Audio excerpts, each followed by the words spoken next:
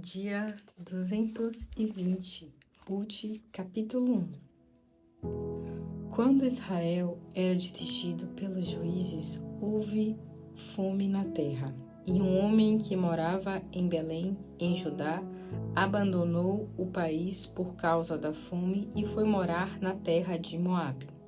Levou consigo a sua esposa e os seus 2 filhos. Esse homem chamava-se Elimeleque e sua mulher Noemi. Os 2 filhos, Malom e Quilion, eram efrateus de Belém de Judá. Eles foram para Moabe e ficaram morando ali. Enquanto moravam em Moabe, Elimeleque morreu e Noemi ficou sozinha com seus 2 filhos. Os 2 jovens, Malom e Quilion, casaram-se com mulheres de Moabe, uma chamada Orfa e a outra Ruth, e ficaram morando lá por quase 10 anos. Depois disso, morreram também Malom e Quilion, e Noemi ficou completamente só, sem o seu marido e sem os 2 filhos. Ela decidiu voltar para Israel, deixando o território de Moabe, pois tinha ouvido que o Senhor havia abençoado o povo judeu com boas colheitas. As noras foram juntos com ela. Assim, ela e as 2 noras saíram do lugar onde tinham morado. Enquanto estavam a caminho para a terra de Judá, Noemi disse às suas noras: "Por que vocês não voltam para a casa de suas mães? Eu desejo sinceramente que o Senhor recompense vocês 2 por terem sido fiéis aos seus maridos e a mim. Que o Senhor conceda a cada uma de vocês encontre um outro marido." Noemi beijou suas noras e elas começaram a chorar em voz alta e disseram a ela: Não, queremos ir com a senhora viver com o seu povo." Noemi, porém, respondeu: "É melhor que vocês voltem para o seu povo, minhas filhas. Por que viriam comigo? Será que eu poderia ter mais filhos para que tornassem os seus maridos no futuro? Não, minhas filhas, voltem para suas casas, pois eu já sou velha demais para ter outro marido. E mesmo se eu tivesse marido e estivesse esperando filhos, vocês iriam esperar até eles se crescerem? Não, é claro que não, minhas filhas. É mais amargo para mim do que para vocês, porque o Senhor voltou-se contra mim." Choraram juntas mais uma vez, e Orfa se despediu da sogra com um beijo, voltando para a casa de suas famílias. Ruth, porém, insistiu em ficar com Noemi. "Pense bem", disse Noemi a ela. "Sua cunhada voltou ao seu povo e o seu Deus. Volte também com a sua cunhada." Mas Ruth respondeu: "Não insista para que eu abandone, pois quero ir aonde a senhora for e viver aonde a senhora viver. O seu povo será o meu povo e o seu Deus será o meu Deus. Eu quero morrer onde a senhora morrer e aí desejo ser enterrada. Deus pode fazer o que ele quiser comigo, se eu deixar que alguma coisa, senão a morte me separe da senhora." Quando Noemi viu que Ruth estava decidida e que não havia jeito de convencê-la, não insistiu mais, e partiram. Quando chegaram a Belém, todo o povoado ficou agitado por causa delas. "Será que Noemi mesmo?" perguntavam as mulheres. Noemi, porém, lhes dizia: Não me chamem Noemi, chame-me Mara, porque o Deus Todo-Poderoso tornou a minha vida amarga. Eu parti cheia de alegria, de mãos cheias, mas o Senhor me trouxe de volta de mãos vazias. Por que então vocês me chamam de Noemi, quando Deus me voltou as costas e trouxe tanto sofrimento para mim? Quando Noemi e sua nora moabita Ruth voltaram das terras de Moabe e chegaram a Belém, a colheita da cevada estava começando.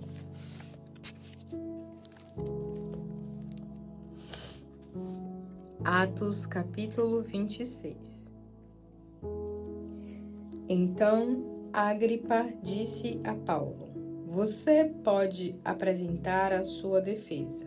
E assim Paulo fez um sinal com a mão e começou a sua defesa dizendo: "Estou muito contente, rei Agripa, em poder apresentar a minha defesa diante de vossa majestade, contra todas as acusações dos judeus, pois eu sei que é um conhecedor das leis e dos costumes dos judeus. Portanto, queria ouvir-me com paciência. Todos os judeus estão muito bem informados que recebi uma educação judaica completa desde a minha infância em Tarso e depois em Jerusalém. E se eles quiserem testemunhar, sabem que eu sempre tenho sido o mais severo entre os fariseus quando se trata da obediência às leis e aos costumes dos judeus. Porém, a verdadeira razão por trás das acusações deles tem a ver com a minha esperança no cumprimento da promessa de Deus feita aos nossos antepassados.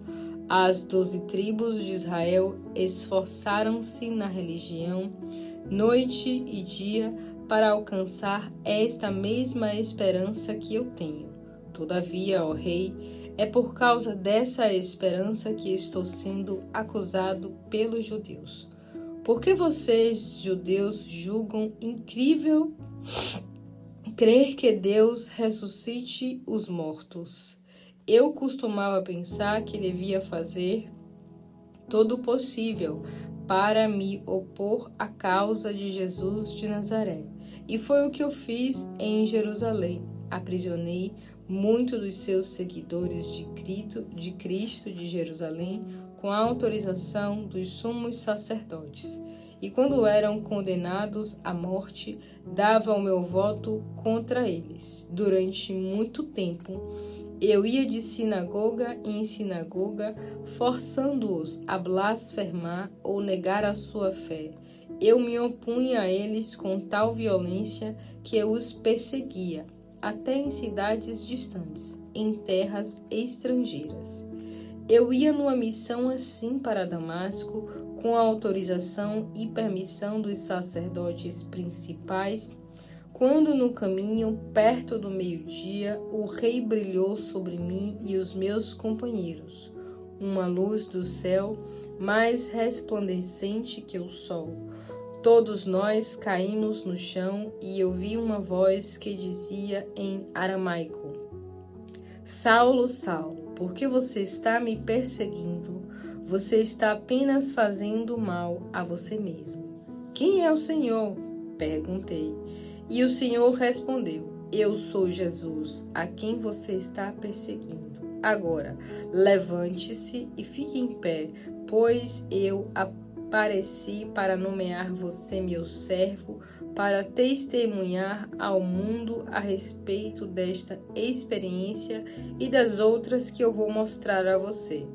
Você será protegido por mim, tanto do seu próprio povo como os gentios, os quais eu o envio, a fim de abrir os olhos deles para a sua verdadeira situação, para que eles possam se converter das trevas para a luz e do poder de Satanás para Deus, para que possam receber perdão de seus pecados e a herança eterna, juntamente com todos aqueles cujos pecados são purificados e que são separados pela fé em mim.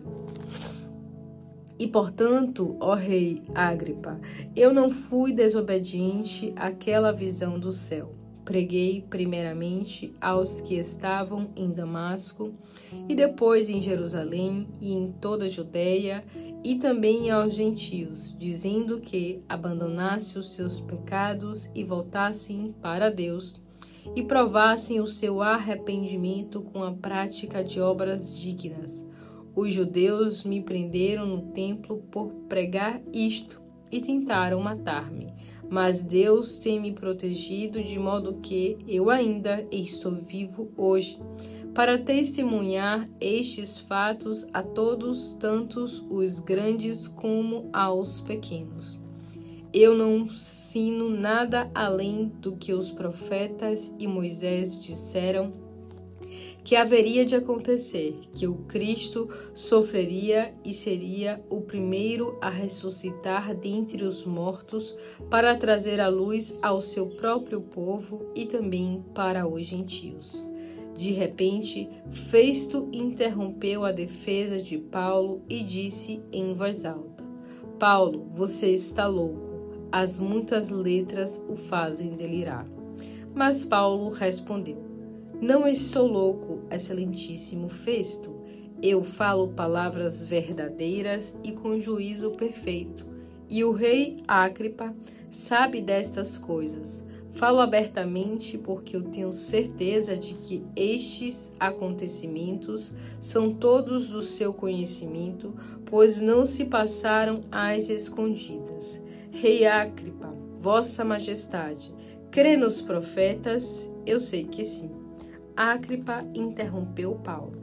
Você acha que em tão pouco tempo, pode convencer-me a tornar-me seguidor de Cristo? E Paulo respondeu: Que Deus permitisse que em pouco ou em muito tempo vossa majestade, como todos os demais que estão aqui, pudessem tornar-se como eu sou, mas sem estas correntes. Então o rei, o governador Berenice e todos os outros se levantaram. Quando saíram do salão, conversavam entre si e concordaram: este homem não fez nada que mereça a morte ou a prisão. E Agripa disse a Festo: ele poderia ser posto em liberdade se não tivesse apelado para César.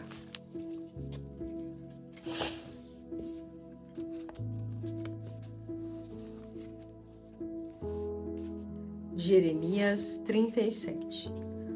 Quando Jeoaquim morreu, o povo de Judá colocou Jecônias, seu filho, no trono.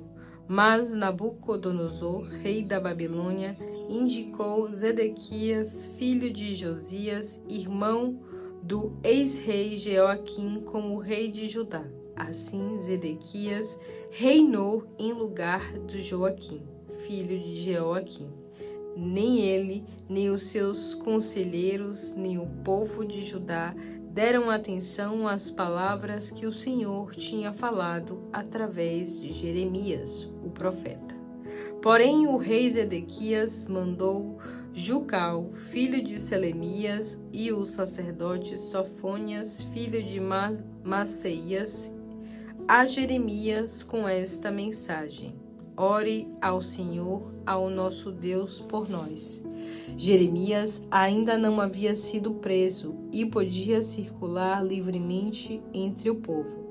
Nessa época, o exército do faraó chegou à fronteira sul de Judá para libertar Jerusalém, que estava cercada pelos exércitos da Babilônia. Nabucodonosor mandou suspender o cerco da cidade e partiu para o sul para combater o exército egípcio. Então o Senhor falou mais uma vez a Jeremias, o profeta. Assim diz o Senhor, ó Deus de Israel: esta é a resposta que vocês devem dar ao rei Zedequias, que me pediu ajuda.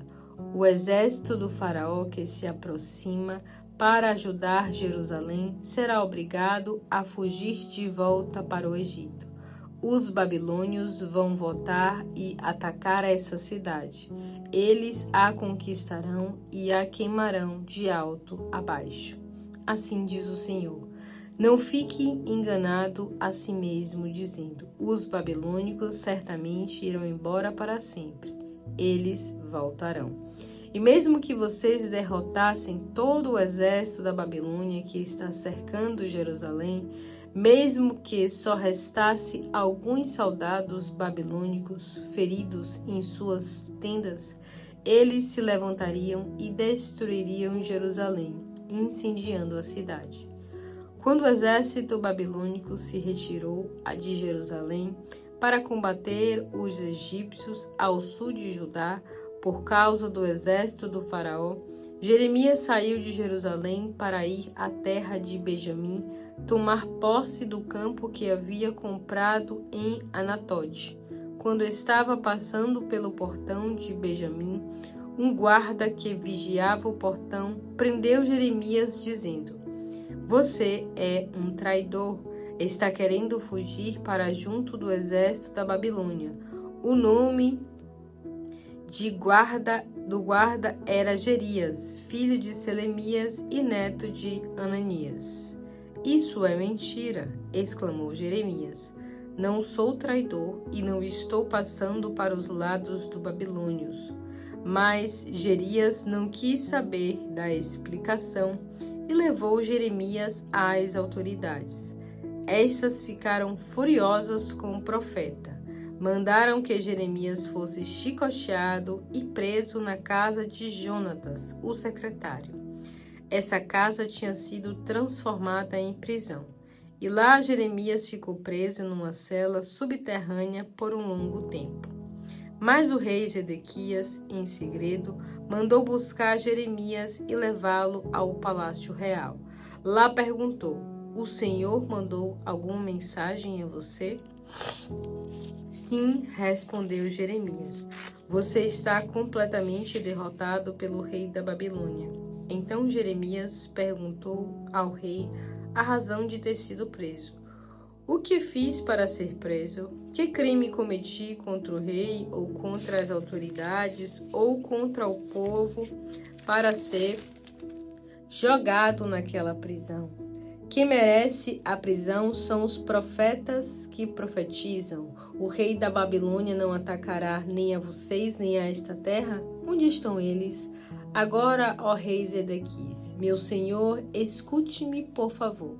Não me mande voltar à prisão da casa de Jonatas, o secretário, senão morrerei ali. Então, o rei Zedequias ordenou que Jeremias não fosse levado de volta à prisão.